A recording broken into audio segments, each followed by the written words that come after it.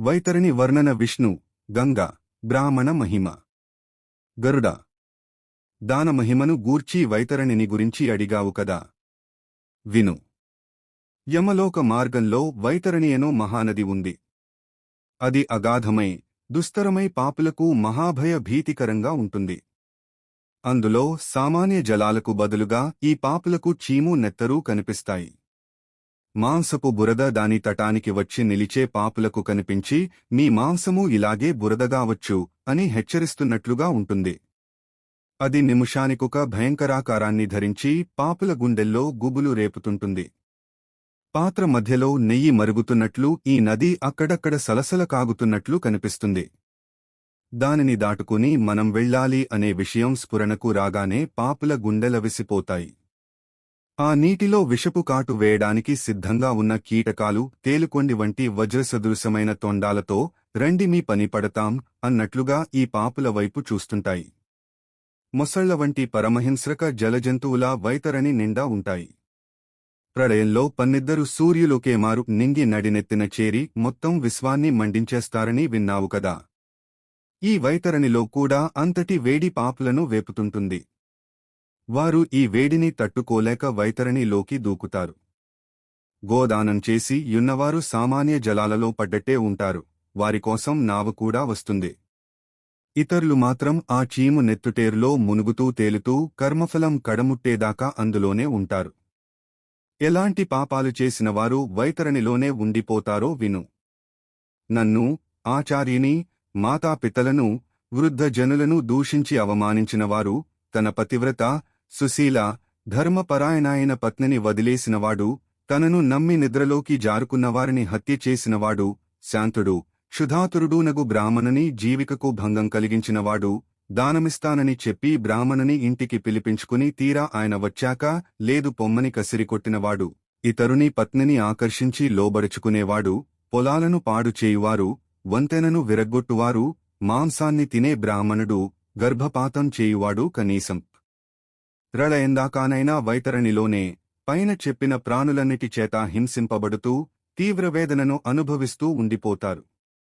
ఈ వైతరణి నివాసాన్ని తప్పించుకోవాలంటే ఒకటే మార్గం. ఎంత మహాపాపి అయినా పశ్చాత్తాపపడి మహాదానం, అనగా తనకున్నదంతా ఇచ్చేయడం చేసి చెట్టుకింద బతికి శేషజీవితమంతా భగవన్నామ స్మరణం చేయాలి. అప్పుడు వైతరణి కరుణిస్తుంది. కాని యముడు తన పని తాను చేసుకుపోవచ్చు. మహాదాన ప్రసక్తి వచ్చింది కాబట్టి చెబుతున్నాను. శరీరం అనిత్యం, ధనమూ అంతే.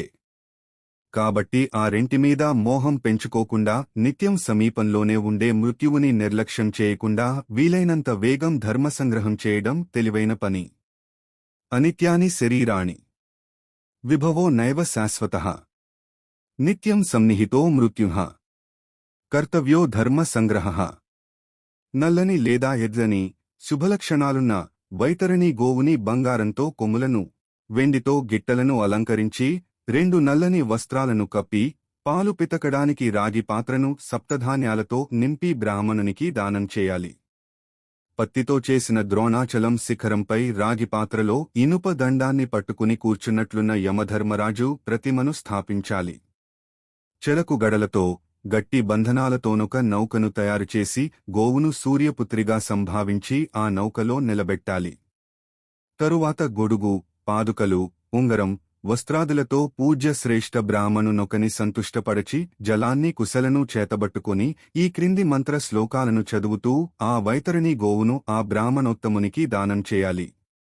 యమద్వారే మహాఘోరే శ్రుత్వా వైతరణీ నదీం తర్తుకామో దదామ్యేన తుభ్యం వైతరణీం నమః. గావో మే అగ్రతః సంతు, గావో మే సంతు పార్శ్వతః, గావో మే హృదయే సంతు, గవాం మధ్యే వసామ్యహం.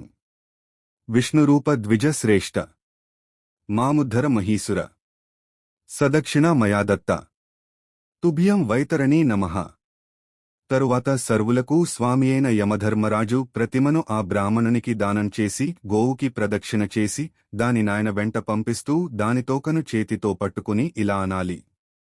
ధేనుకేత్వం ప్రతీక్షస్వ యమద్వారే మహాభయే ఉత్తారణాయ దేవేసి వైతరణ్యై నమో స్తుతే. తరువాత ఆ బ్రాహ్మణుని ఈ గోవుని ఆయన ఇంటిదాకా దిగబెట్టాలి. ఇలా చేసినవాడు దేహాంతంలో వైతరణిని సుఖంగా దాటగలడు. ఈ భూమిపై గోదానం చేసినవాడు సమస్తాభీష్టసిద్ధి నొందగలడు. సమస్త వేళల్లోనూ మనిషి మంచి పనులే చేయాలి, మంచిగానే ఆలోచించాలి. ఇదే సుకర్మ. ఈ సుకర్మ వల్ల ప్రాణికి ఐహిక అంటే ఇక్కడ, పారలౌకిక అంటే అక్కడ అన్ని సుఖాలు లభిస్తాయి. ఒక మనిషి చేసే దానమే వాని పుణ్యంగా లెక్కింపబడుతుంది. పనిచేయడం శ్రమదానమవుతుంది. నా పుత్రులు నా పేర ఎలాగూ దానం చేస్తారులే అనుకుని ఊరుకోకూడదు. తన చేతితో తానిచ్చే దానం ఉత్తమం. మనిషి పోయాక ఏం జరుగుతుందో ఎవరికి తెలుసు? అశాశ్వతమైన శరీరంతో శాశ్వతమైన పనిని చేయించడం తెలివైన పని కదా. ఈ శరీరంలో ఈ ప్రాణం అతిథిలాగే ఉంటుంది. ఇవాళ ఉన్నది, రేపు పోనున్నది ప్రాణం. ఇంతవరకు చెప్పి సూతమహర్షి తనదైన వ్యాఖ్యానాన్ని నైమిషారణ్యంలోని ఋషులకిలా వినిపించసాగాడు. విప్రవరులారా! పరమతేజస్వి అయిన మహావిష్ణువు ద్వారా ప్రేతచరితను విన్న గరుడుడత్యంత సంతుష్టుడైనాడు. జీవజంతువుల జన్మాదిక విధానాలంతే. ఇవే జనన, మరణ, ప్రేతత్వ, ఔర్ధ్వ దైహిక కృత్యాల నియమాలు. మోక్షానికి కారణాలు కూడా ఇవే. ఎవరి హృదయంలోనైతే నీలకమల సమాన శ్యామవర్ణుడైన భగవానుడు జనార్దనుడు తేజఃపుంజంగా వెలుగుతుంటాడో వారికే అన్ని లాభాలు విజయాలు సమకూడుతాయి. అట్టి మహాత్ముల కపజయమెక్కడిది? విష్ణువే మాత, విష్ణువే పిత, విష్ణువే స్వజన బాంధవుడు. ఎవని బుద్ధిలో ఈ విషయం స్థిరంగా నిలబడి ఉంటుందో వానికెట్టి దుర్గతి ఉండదు.